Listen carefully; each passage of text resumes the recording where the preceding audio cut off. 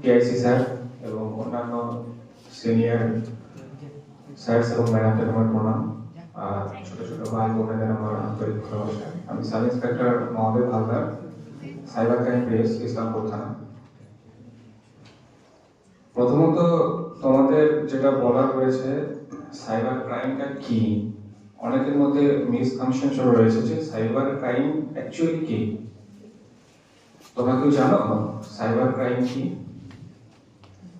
Cyber crime হচ্ছে any type of illegal activity, যে কোনো ধরনের ইলিগাল অ্যাক্টিভিটি যেটাতে ইন্টারনেট ইউজ হবে আর একটা কমিউনিকেশন সার্ভার ইউজ হবে, কমিউনিকেশন ডিভাইস ইউজ হবে।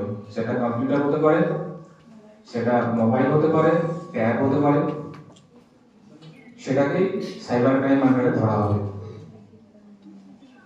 সাইবার ক্রাইম কেন হয়? তিনটে কারণের জন্য হয়ে থাকে বেসিক্যালি। এক নম্বর হচ্ছে অ্যাওয়ারনেসলেস, মানে সচেতনতা বোধ ছাড়া, না জেনে না বুঝে ভুল করে হয়ে গেল। আর একটা হতে পারে কোনো কিছু পাওয়ার লোভ, টাকা হতে পারে, অন্য কিছু হতে পারে। সেই লোভের জন্য কেউ কেউ কিছু ভুল করে থাকে। যেমন বিভিন্ন ধরনের অ্যাপ্লিকেশন তোমরা দেখতে পাও, এটা করলে এই টাকা দেবে, ওটা করলে এই দেবে। লোভে পড়ে ভেতরে ঢুকে অনেক ধরনের ক্রাইম হয়, যেগুলো বলবো পরে। আর একটা ইচ্ছে করে, জেনে বুঝে জেনে শুনে বদমাইশি করে এই ক্রাইম ঘটায়। তো লাস্ট যেটা হয় সেটার তো কোনো উপায় নেই, কিন্তু প্রথম দুটো আমাদের নিজেদের হাতে রয়েছে।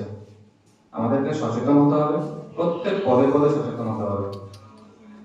আর একটা বিভিন্ন থার্ড পার্টি জায়গা থেকে আসা দেখানো লোকগুলো থেকে দূরে থাকতে হবে।